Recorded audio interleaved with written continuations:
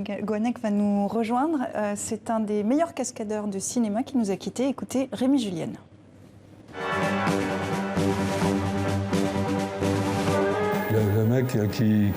Le mec qui connaît tout par avance, alors là, c'était pas moi. Hein.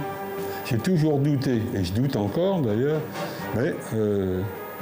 mais s'il n'y a pas le doute, s'il n'y a pas la crainte, s'il n'y a pas quelque chose, ça veut dire qu'on est inconscient. Et à partir de ce moment-là, il faut mieux faire autre chose.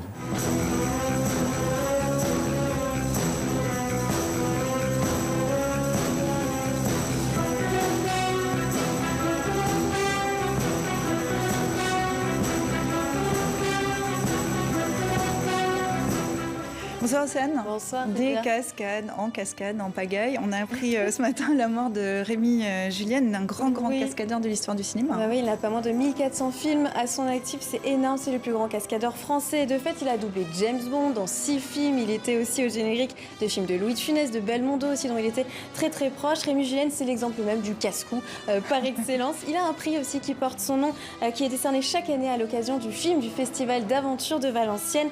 Il s'est éteint, Rémi Julienne, dans la nuit à l'âge de 90 ans des suites du Covid-19. On enchaîne avec une bonne nouvelle pour l'avenir de la littérature. Près d'un tiers des lecteurs disent avoir lu plus que d'habitude pendant cette période de pandémie. Alors, depuis hier et jusqu'à dimanche, on célèbre, c'est le cas de le dire, les Nuits de la lecture. Les Nuits de la lecture, c'est un événement qui existe depuis 2017, organisé par le ministère de la Culture. Et beaucoup d'établissements jouent le jeu, les bibliothèques, les milieux scolaires, les musées. Et cette année, forcément, ces événements sont essentiellement en ligne. Alors l'avantage, c'est que c'est possible de le voir partout dans le monde, à commencer par la Maison de la Poésie. C'est un établissement phare des Nuits de la Lecture. Elle y participe tous les ans et cette année encore, malgré la pandémie, elle propose une programmation riche et alléchante chaque soir en ligne, sur leur réseau, sur Facebook et sur YouTube. Ils proposent un événement. Hier, par exemple, c'était Adriana Wallis, une artiste qui a passé une semaine dans un bureau de poste à récupérer, vous savez, toutes les lettres oubliées ou perdues, et elle les a lues. Voilà, elle a lu certaines de ces lettres. C'était une belle surprise. Ce soir, il y en a une autre qui vous attend. J'ai rencontré son directeur, Olivier Chaudenson. Il vous explique ce qui va se passer. Écoutez-le.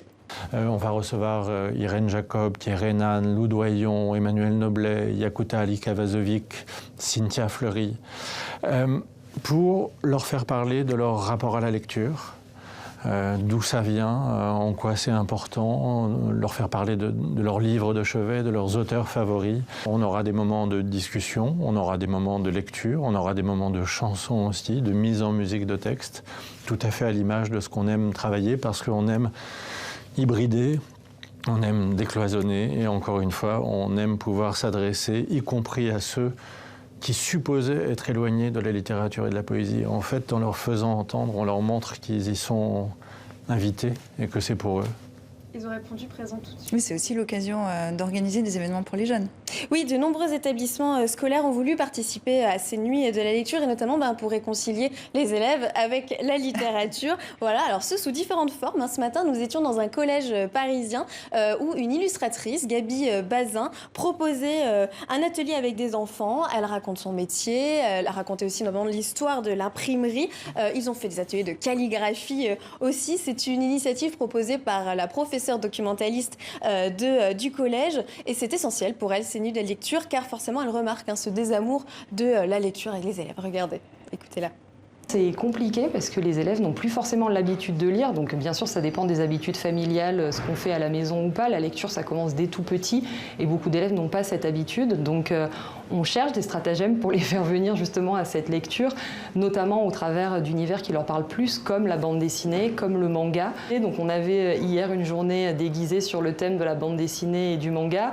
On a proposé aussi d'autres activités, des petits mots croisés, des mots mêlés en lien avec la bande dessinée pour découvrir justement le vocabulaire de cet univers. Une autre idée qui peut en intéresser plus d'un, une librairie vient d'ouvrir au cœur du 5e arrondissement de Paris. Elle propose uniquement des livres en gros caractères. Alors c'est notamment pour les personnes malvoyantes, mais pas seulement. Les personnes qui souffrent aussi du dyslexie ou de problèmes neurologiques peuvent y trouver un certain confort. Ça c'est fou, mais en fait ça n'existait pas jusqu'à présent, ces librairies. C'est à l'initiative de 2 maisons d'édition, Vue voir de près et À vue d'œil. Et donc à l'occasion des Nuits de la lecture, elle propose une visite libre tout le week-end jusqu'à dimanche. Et bonne lecture, Océane. Ah oui. Merci beaucoup. Poète,